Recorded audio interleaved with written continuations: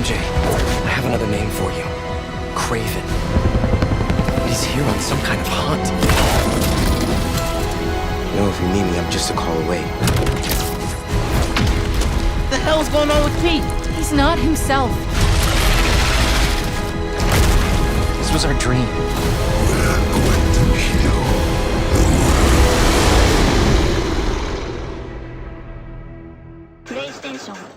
We've got a lot to talk about. So first, Brian, my first question for you is, where do we find Peter, MJ, Harry, and Miles at the beginning of Marvel Spider-Man 2 now that we're in the third installment of the franchise? Well, you could find us all in the back being late to the panel because we were watching the story trailer as you guys were all watching it backstage. True, That's first true. off. So, yeah, I think what's really great about this game is that we're going to pick up roughly 9 to 10 months after the events of Miles Morales, which, if you haven't played it, it's an amazing video game by a talented team.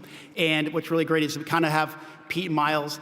They're a well-oiled machine. They're a great team. They lean on each other. They really support each other, and they're really protecting the city. But at the same time, there's a lot of things going on in their life outside the mask. Miles is applying to college and trying to figure out how to write his college essay. And you have Pete starting his teaching career. And then you have MJ, who is still at the Bugle, but under a new leadership with the return of J. Jonah Jameson at the Daily Bugle. Damn. All right, and then Bill, so my next question is for you. So can you talk about the dynamic of these characters and how working with Insomniac, they're keeping the authenticity of the DNA of the core of these characters while still making it their own? Together, working all together, we're all one team. We all love the characters. Our goal is to make something that you love, that when you play it, you say, this was made by fans for fans. Oh, yeah. And John, my next question is for you. With the new villains that we've seen in this game, confirmed villains with Craven, Venom, and Lizard, can you talk narratively why you felt those choices for those villains were important? For us, it really started with Craven. He's our catalyst for the story, right? Like before the game starts, he's halfway around the world being Craven, hunting, trying to find the ultimate prey. And he watched from afar as the events of the first two games occurred. And he decided, you know what? There's a lot of stuff going on in New York City. That might be my new hunting ground. So, like I said, Craven's a catalyst for everything happening. When he comes to New York City, a lot of things start going wrong. We have Lizard coming out. We have the symbiote coming out. And as you saw briefly in that trailer, Miles is forced to come face to face with the Mr. Negative, the guy who killed his dad. So there's a lot of drama that's happening in this game. Absolutely, and Jacinda, my next question for you. So I think one of the things fans really appreciate about both of the games is just the environment, just the lived-in cities, that it feels like a character in its own. So can you talk about how you elevated that with this new game, especially with the PS5 technology and the new locations that we'll see, like with Coney Island and Queens and stuff like that? Totally, yeah. We're super excited to finally be able to bring Brooklyn and Queens to our fans. Obviously, Miles is from Brooklyn. Peter is from Queens. Not only does it increase the gameplay space, so there's a lot more places for you to swing to, but it also has some really cool, obviously Marvel landmarks, as well as New York landmarks. For example, I know in Queens, everybody has wanted to visit Aunt May's house and perhaps see where Peter lives. I know a lot of fans had wanted to interact with that space, so just being able to walk in and see where he lives is incredible. Oh, and there's a picture of Aunt May's house. The other thing that's really cool is it's introducing a lot of cool landmarks like the East River. So as you could see in our gameplay trailer that we produced a while back, you can now chase the lizards on the East River, which is awesome. And personally, for me, I just love seeing the Brooklyn Bridge, the Williamsburg Bridge, and being able to just swing across the water. It's an incredible experience. And Ryan, my next question for you, just following up with the new locations, can you talk about how the new traversal techniques that we are implementing in this game affected your approach to this and how you elevated it? Sure. I mean, one of the interesting things with Brooklyn and Queens is you're not always surrounded by skyscrapers anymore. And so we thought, what's a really great opportunity? It's something we've seen on comic book covers, we've seen it in the movies, we can add the web wings. And that's really changed how we look at traversal. Swinging is always our Spider-Man core. That's where we come from. But what we did is design the web wings so that we could integrate them and weave them in with swinging. You gain height and you build speed between swinging and the web wings, and you go back and forth and really kind of weave your way through the city. It's really fun. In Brooklyn and Queens, there are some lower spaces, there are some new spaces, but you have to get between Manhattan and the other boroughs by crossing the river. So that's another opportunity where we could really well, we added these things called jet streams or wind tunnels. You really build speed there, and they just shoot you right along when you're on the web wings. It's really fun, and it's one of the chances for us to really push the power of the PS5 there and like hit a level of speed that we hadn't had in the previous game. It's really added a new dimension to what we can do with traversal. We see Mr. Negative in this trailer. So can you just briefly talk a little bit about how he's still coping with the effects of his game and dealing with the loss of his father? Man, well, y'all seen Miles' trajectory, and just with everything that he's been through with his family and his friends and just getting into this new world that he's, being introduced to. But he's now owning this power. But, coming back to Martin Lee, man, that was something big. I didn't think that we would revisit that because we had a lot of emotions on set. And my last question, because we touched on it as well, but his powers and his abilities, how is he really, we see them evolving, and we see him, he has a couple new abilities, so how is he really coming into his own with that, with his abilities? Oh, we got some stuff coming for y'all. Y'all get ready. October 20th, you're going to be surprised, you're going to be shocked, you're going to be on your feet. You're gonna be screaming, you're gonna be crying, you're gonna be laughing. So y'all get ready, man. We got some powerful stuff coming for y'all. I apologize to employers everywhere because I hear a lot of people going, I've already booked, time off from work, on October 20th for like 3 days. I'm like, Right. We have MJ in the house. So can you talk about what are her ambitions in this game and how her storyline has evolved from when we last saw her? Yeah, I think she's coming to her own a lot more. I think she's understanding who she is as a reporter and as a writer a lot more. She spent a lot of time away from Peter in Symkaria. And am I allowed to say this? She's writing. There's a reason why we wanted Yuri, Laura, and Najiel here, because they are a team. They are, they complement each other really well, not just what's going on in the superhero world, but what's happening in their lives. And I think that's why, even when we're shooting our scenes, we're all kind of working together as a team, figuring out how do we put this game together. And I know we couldn't be working with better people. Like, I love these people. They're awesome. So I love you too, man. We love you more, bro. They're the best. Come on, man. There's somebody else that we can't forget about on this panel. That is the Venom of the Venom. Tony Todd, it's truly an honor to have you on this panel right now. Let's get And all of a sudden, I get a call from Insomniac to test drive Venom. And I got to say, it's been the most exciting voiceover journey that I've had to date. Yeah. Ryan, can you just talk about the casting of this? I know is there a story or something along how this happened? Oh yeah.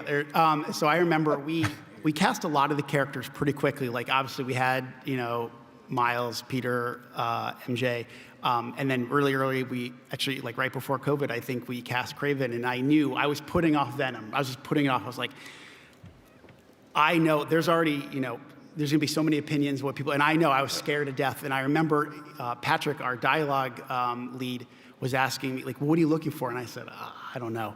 And then I remember I just happened to be on the internet one day, and I was listening to one of I think it was the Candyman, the new Candyman trailer, and I heard Tony, and I was like, hey, if we could get like a Tony Todd, that would be the one. And then a couple weeks go by, I don't think anything about it. And Patrick messages me and goes, you're not gonna believe this. Tony Todd's interested. And I remember he sent a real quick tape in, and it was like, sorry, Tony, it was really bad, like, audio quality, but it took like 3 lines, and I was like, that's it. Just please hire him. Please, whatever he wants, give it to him. And I think you all know, based on what you heard, he's incredible. We have a wonderful, there's 4 of us here from Insomniac, but we have so many Insomniacs who are putting so much work into this game. And I just want to say, if they're somehow listening to this somehow, thank you for all the work that you guys are putting into it right now. It's incredible. The work they're doing to finish this up is just, I call Insomniac my second family because we just put so much into this. And you can imagine when you're in your family, everybody has opinions, right? Yep. And I think it's probably the only decision I've ever made being a creative director in 10 years where I just said, Tony Todd is going to be Venom, and everybody said yes. So, Can you just talk a little bit about Venom's motivations and his personality in this, and why is he so important to the narrative of this game? Well, yeah, I mean, Venom is a symbiote, right? And I think the thing that a lot of symbiote stories have in common, and the reason why I think we connect with them really well, is that it's a simple human story. We all have a darkness inside of us. And then you put the symbiote on top of that. It really brings out the dark parts of what Spider-Man is about, power and responsibility. You heard Yuri talk about it a couple minutes ago. And what happens in the story is that sense of responsibility starts to go away. It's really interesting when you bring the symbiote into these relationships, how it really challenges them, not just externally, because there's cool powers. Ryan was talking about having that control in your hand. Oh my God, it's amazing. But the people you love around you. Tony, I'm coming back to you. Can you talk about your approach to bringing the voice of it to life and how you approached it? For me, Venom was fun to do, and I wanted to make sure that there was a joyous quality in his destruction. I'm glad it was fun for you because it scared the hell out of us. Always fun to me. Yeah, it'd be funny when we were in the recording booth because we would record separately when we were doing gameplay dialogue, and every once in a while, Tony, you would come and play in our headphones before a line, and it was like, oh God. You wouldn't expect it, and it was terrifying. And Brian, I'll come back to you real quick. What was that like when you heard Tony voice his lines for the first time officially, and what was your initial reaction? Well, first relief, because I was like, okay, we made the right choice for sure. And I think then just general excitement. And I think Tony is so talented that, sometimes depending on, we have so many different characters, or so many different actors, sometimes we're, depending on what the role calls for, are we going to, adjust the way that they do the line, and you just let Tony be Tony and you get magic. It was like a gift come true to be able to cement myself in the whole voiceover family and world and meet new friends and conquests, and I'm still pinching myself because I'm a gamer, and I'm telling you, I can't wait for this monumental masterpiece to drop. That's right. Sizzle. I'd be remiss if I didn't ask you, can you do the iconic "We Are Venom" line for everybody in the crowd? Bring us all out. Which do you want? No, okay. We are Venom.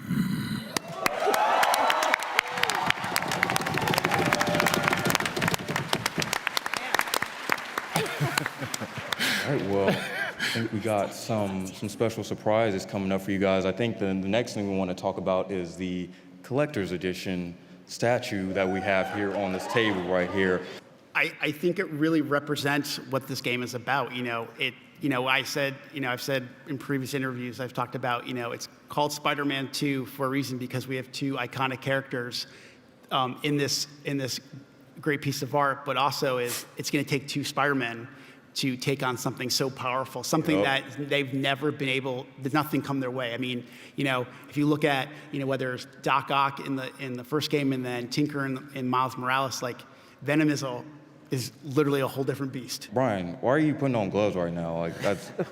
Oh, these? Yeah. What is that for? Well, like, Dorian, I think we should play the video. I think we should play the video. Let's go ahead and play that video real quick. What? Miles, I need your help!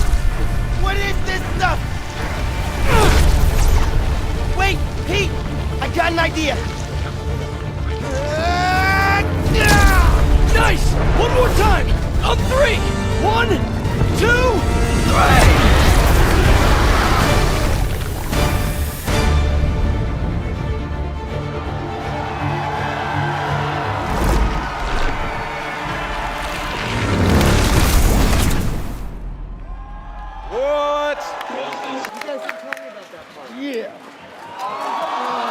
The beautiful Spider-Man 2 PlayStation 5. Oh my God. Wow.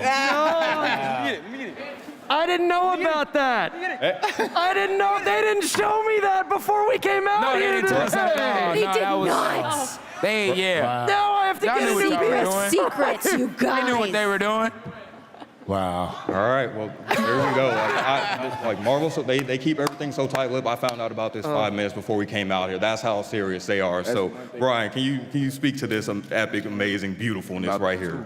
This has been one of the biggest secrets throughout the entire development of the game, that we were going to have the console and the DualShock. So I know we're pretty pumped. I mean, I think, we talk about the symbiote playing a big role. Obviously, it plays a big role here in the design of the console, and we thank PlayStation for going above and beyond with the design of it. I know I just worked really closely with everybody on the design of it, and I'm pretty pumped, man. All in all, that being said, I want to say thank you again to this incredible panel. Thank you guys so much for all your hard work. This is